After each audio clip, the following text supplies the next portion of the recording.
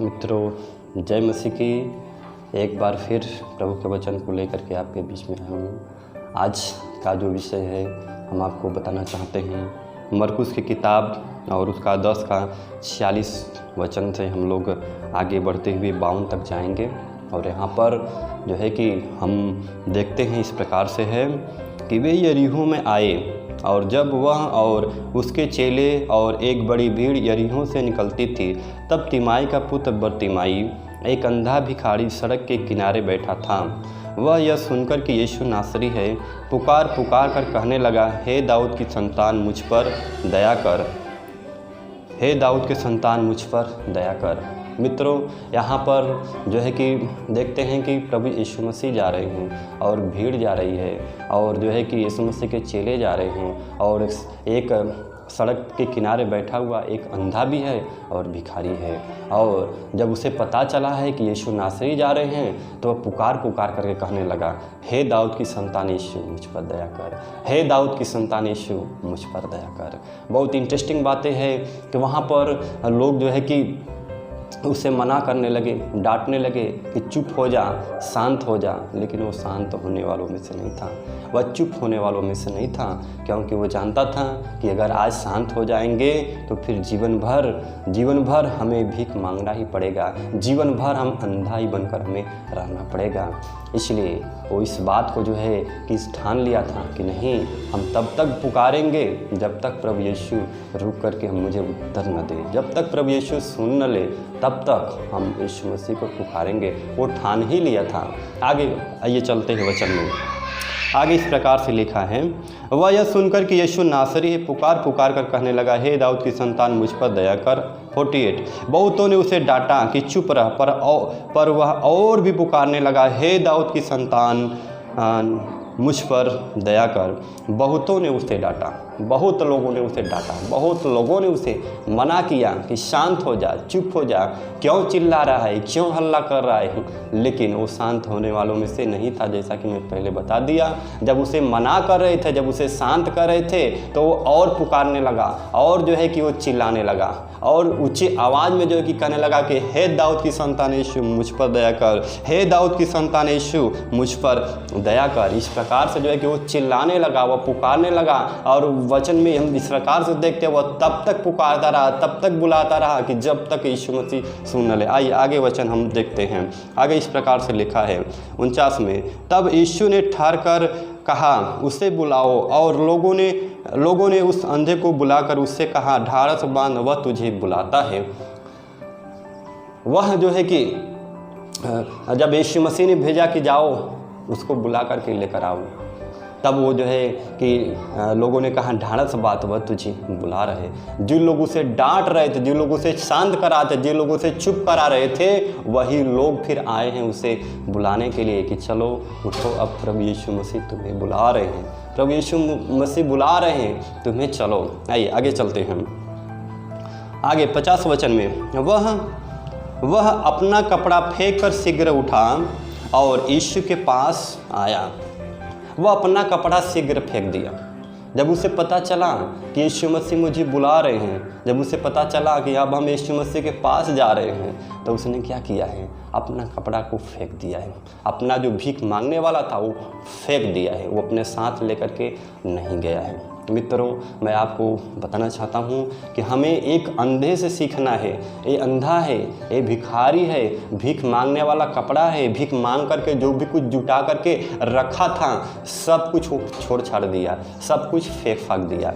बोला कि अब मैं यीशु मसीह के पास जा रहा हूँ, इससे बढ़कर मुझे कोई खुशी नहीं है। इससे बढ़कर हमें क्या मिल सकता है कि अब हम यीशु मसीह के पास जा रहे हैं, अब इन सब चीज़ों का हम क्या करेंगे लेकर के। अब हमें कपड़े की ज़रूरत नहीं है, अब हमें भीख मांगने की ज़रूरत नहीं है, अब हमें पुराना वस्त्र की ज़रूरत नहीं है, क्योंकि अब हमें यीशु मसीह के पास जा रहे हैं और यीशु मसीह हमें जीवन देंगे। उसके अंदर पहले से मानो ऐसा विश्वास हो चुका था, उसके अंदर मानो पहले से वो ठान करके लिया था कि अब मेरा जीवन बदलने वाला है, क्योंकि मैं यीशु मसीह के पास जा रहा हूँ।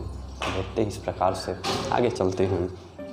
आगे इस प्रकार से लिखा है 51 में, इस पर यीशु ने उससे पूछा, तू क्या चाहता है कि मैं तेरे लिए करूं? अंधे ने उससे कहा, हे रब्बी, यह कि मैं देखने लगूं। अंधे ने कहा, हे रब्बी, यह कि मैं देखने लगूं। Praise the Lord. प्रभु का धन्यवाद हो कि कहने लगा कि हे रब्बी, मैं देखने लगूं, मैं देखना चाहता हूँ। यीशु मसीह ने कहा कि मैं तुम्हारे लिए क्या करूँ, तू क्या चाहता है, मुझसे क्या चाहता है कि जो मैं तुम्हारे लिए करूँ। उसके लिए एक बहुत बड़ा ऑप्शन था कि कुछ भी यीशु मसीह से मांग सकता है, जो भी मांगेगा उसे मिलेगा। मेरे भाई बहनों, बहुत बार लोगों का जो है कि जो मांगने का तरीका है अलग अलग तरीका होता है। बहुत सारे लोग सोचते हैं कि अच्छा मौका है मांगने का, कोई बड़ी चीज़ मांग लेते हैं जो कभी ख़त्म होने वालों में से नहीं है। और इस अंधा ने जो है कि और कोई दूसरा चीज़ नहीं मांगा, सोना चांदी, धन दौलत और अच्छा रहने के लिए व्यवस्था, अच्छा सब कुछ, ऐसा कुछ नहीं मांगा है। इसने मांगा कि प्रभु मुझे क्या चाहिए। आगे वचन में ये पढ़ते हैं, आगे इस प्रकार से लिखा है, उसने कहा, हे रब्बी, यह कि मैं देखने लगूं, हे रब्बी, मैं देखने लगूं। उसने मांगा कि प्रभु मैं देखना चाहता हूँ। Praise the Lord. मैं देखना चाहता हूँ, क्योंकि वो जानता था, क्योंकि वो दुनिया देखा नहीं था, वो अपने माता पिता को भी नहीं देखा था, वो अपने किसी को देखा नहीं था, वो देखने के लिए लालसा करने लगा है। और आगे चलते हैं। यीशु ने कहा, चला जा, तेरे विश्वास ने तुझे चंगा कर दिया है। वह तुरंत देखने लगा और मार्ग में उसके पीछे हो लिया। Praise the Lord. प्रभु का धन्यवाद हो कि जब यीशु ने कहा कि जा, जैसा तेरा विश्वास है वैसा तेरे लिए हो जाए, जैसा तेरा विश्वास है वैसा तेरे लिए हो जाए। वो लिखा है कि वह तुरंत देखने लगा, उसकी आंखें खुल गई। वो अंधा था, भिखारी था, यीशु मसीह के पास आया और उस समय पर आया, उस परिस्थिति पर आया जब उसे यीशु मसीह वहाँ से गुजर रहे थे, जब उसे पता चला यीशु मसीह जा रहे हैं। उसने तब तक पुकारता रहा, तब तक पुकारता रहा जब तक यीशु मसीह सुन न ले। जब यीशु मसीह सुन लिए, जब यीशु मसीह रुक गए, तो उसने सोचा कि आज अब वो समय है कि हम यीशु मसीह से मांग लें कि हमारी आंखें खुल जाए। और उसने ऐसा मांगा है और उसकी आंखें खुल गई और उसको जीवन मिल गया, उसको ज्योति मिल गया और दुनिया को देखने लगा। और लिखा है जब देखने लगा है तो क्या किया है, लिखा है कि वह देखने लगा और मार्ग में उसके पीछे हो लिया। जब देखने लगा है, उसकी आंखें खुल गई है, तो उसने ये नहीं कहा कि चलो अब तो मैं देख सकता हूँ, अब हम जाकर के और ज़्यादा से ज़्यादा अब हम मांग सकते हैं, ज़्यादा से ज़्यादा हम भीख मांग सकते हैं, ज़्यादा से ज़्यादा कमाई कर सकते हैं, ज़्यादा से ज़्यादा, क्योंकि अंधा था तो एक जगह पर बैठा हुआ था, अंधा था तो सड़क के किनारे पड़ा हुआ था। अब देखने लगा है कितना मांग सकता है, लेकिन नहीं, वो बोला कि नहीं, अब हमें जीवन मिल गया है, अब हमें ज्योति मिल गया, अब हम यीशु मसीह के साथ में अब हम चलेंगे। उसने निर्णय ले लिया और यीशु मसीह के पीछे चलने लगा है। प्रभु का धन्यवाद हो, यीशु के पीछे चलने लगा है। मेरे भाई बहनों, वो अंधा था, देखने लगा और यीशु मसीह ने जो है कि उसकी आंखों को खोल दिया। प्रभु आपके भी मन की आंखों को खोले कि आप भी प्रभु को पहचाने, आप भी प्रभु यीशु मसीह को जाने, आप भी यीशु मसीह के पीछे चले, आपको भी प्रभु जीवन दे। इस प्रकार से प्रभु आपके जीवन में भी कार्य करे। और एक चीज़ मैं आपको बताना चाहता हूँ कि उसने जिस समय जब प्रभु यीशु मसीह ने पुकारा कि तू मेरे पीछे जाओ, उसे बुला करके लेकर आ। जब यीशु मसीह के चेले लोग गए कि चलो ढाढ़स बांधो, तुझे बुला रहा है, तो उसने अपना सब कुछ फेंक फाँक दिया, अपना सब कुछ छोड़ छाड़ दिया और यीशु मसीह के पास हो गया है। आपको बताना चाहता हूँ, जब हम यीशु मसीह के पास आना चाहते हैं तो हमें भी कुछ ऐसी चीज़ें हैं, कुछ ऐसे हमारा पुराना जीवन है, कुछ पुराना मनुष्यत्व है जिसे आपको हमें छोड़ने की ज़रूरत है। पुराना जीवन हमें छोड़ने की ज़रूरत है, क्योंकि प्रभु के पास हम जा रहे हैं। अब हमें इन सब की क्या ज़रूरत है, क्योंकि जो मसीह यीशु में है वह नई सृष्टि है। पुरानी बातें बीत गई है, सब बातें नई हो गई है।